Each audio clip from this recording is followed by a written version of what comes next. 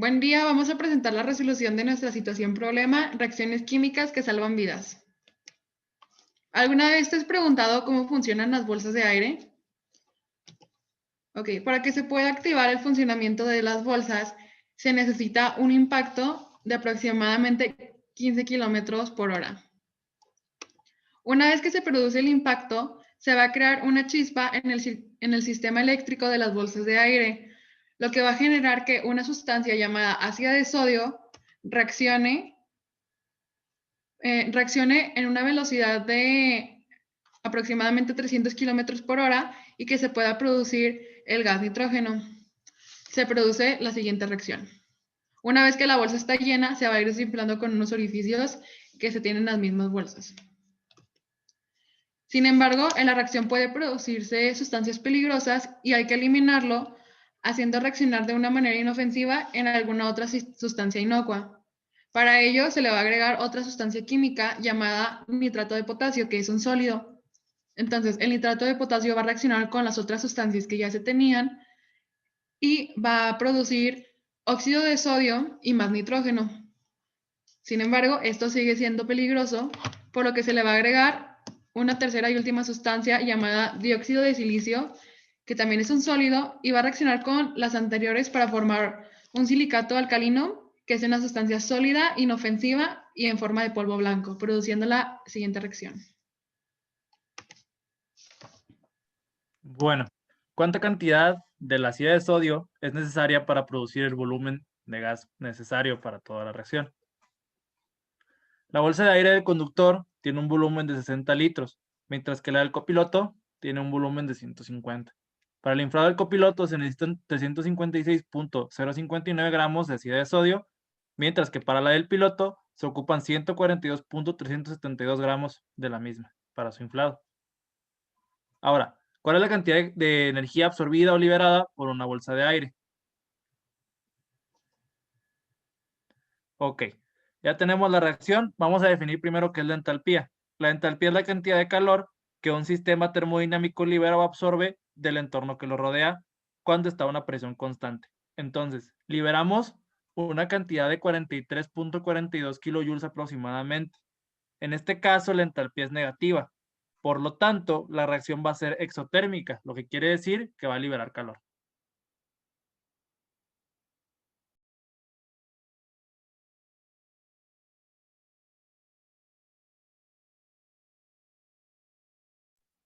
Estos son los cálculos realizados para la resolución de nuestra situación problema.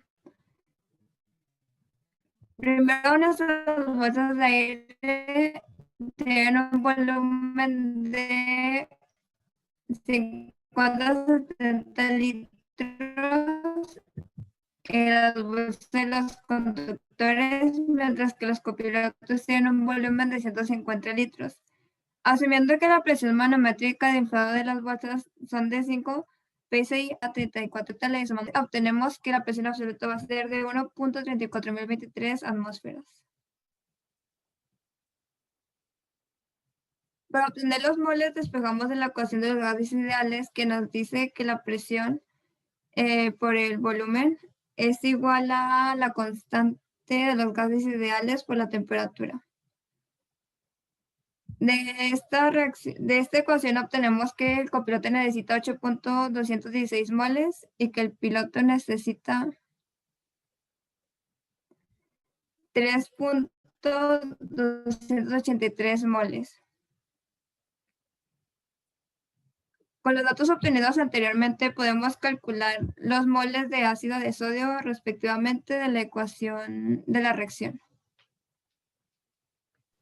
Ahora, continuando con los cálculos dentro de la bolsa de aire, nosotros sacamos los gramos de ácido de sodio utilizando los moles anteriores que habíamos obtenido, dándonos un resultado de 356.059 gramos de ácido de sodio para el copiloto y un total de 142.372 gramos de ácido de sodio para el piloto.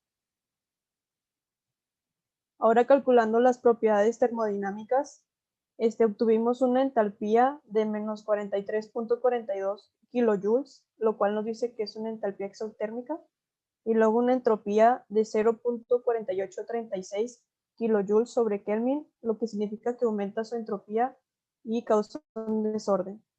En la energía libre de Gibbs obtuvimos un resultado de menos 187.52 kilojoules, los cuales nos dice que es un resultado exergónica y es espontánea a cualquier temperatura.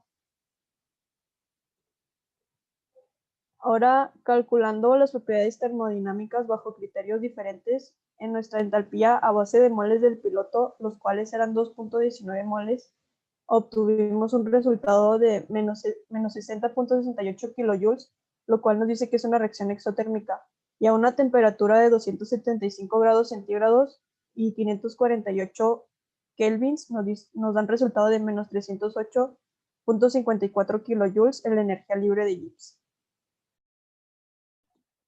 Ahora, las bolsas de aire sabemos todos que salvan vidas porque se producen en cuestión de milisegundos, por lo que llega a tardar la reacción en llevarse lo que es el inflado de la bolsa, el movimiento frontal lateral de la persona tras el choque. A pesar de no tener lesiones como esguinces cervicales o lesiones en las partes inferiores de la columna vertebral, raspones, quemaduras, moretones debido a la fricción, te pueden salvar la vida y más o menos en la imagen se puede ver cómo reacciona la bolsa de aire. Por otro lado, no solo van a tener algunas lesiones como lesiones en las muñecas, barbilla, en la nariz y en la frente, siempre y cuando el conductor se encuentre sentado de la manera adecuada, con el cinturón de seguridad y con las dos manos en el volante. Podemos concluir que estas llevan una secuencia ordenada en el cual estas reacciones químicas pueden llegar a ser peligrosas si se producen de una manera no secuencial y puede ocasionar accidentes de tal forma que pueden dañar al auto, al conductor y que sea un accidente muchísimo más grave que se ha tenido como debería de ser. Y por otro lado, dentro del medio ambiente, pensamos una forma para que no produzca algo de contaminación sería utilizar un sistema de ventilación o de limpieza de aire, como se utilizan últimamente en las casas, o también se podrá realizar un sistema de almacenamiento para recuperar el gas de manera adecuada y hacer de alguna manera algo que en vez que se pueda escapar o que pueda causar algún daño, como sería la contaminación. Y bueno, estas son nuestras referencias que utilizamos a lo largo del reto y la situación problema. Bueno, mi conclusión sobre esta situación problema, o lo más importante que aprendí, fue ver el significado que tienen los cálculos, ya no solo verlo como un número, sino que cada uno significa algo. Por ejemplo, la entalpía, que significa si está absorbiendo o librando energía, o también como la espontaneidad, que si se puede dar por sí solo en la naturaleza o si necesita de algún factor externo. Bueno, mi conclusión es que detrás de algo tan simple como una bolsa de aire, o nosotros como tomamos el auto como si nada, no sabemos la reacción que trae detrás y todo lo que puede suceder dentro de la bolsa de aire o lo peligroso que puede llegar a ser. Entonces aprendí mucho sobre algo tan simple y que nosotros damos ya por hecho.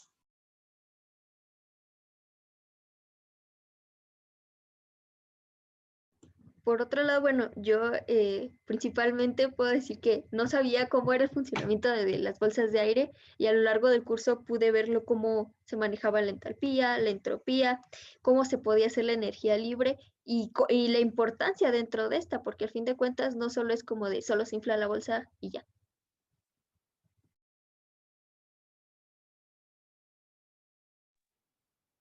Yo aprendí cómo funciona el inflado de las bolsas de aire. Me pareció muy interesante porque yo suponía que todo lo relacionado con los carros tenía que ver principalmente con mecánica. Pero en este reto me di cuenta de que el inflado es muy importante en la química. Además, aprendí muchas cosas sobre la entalpía, entropía y energía libre de Gibbs.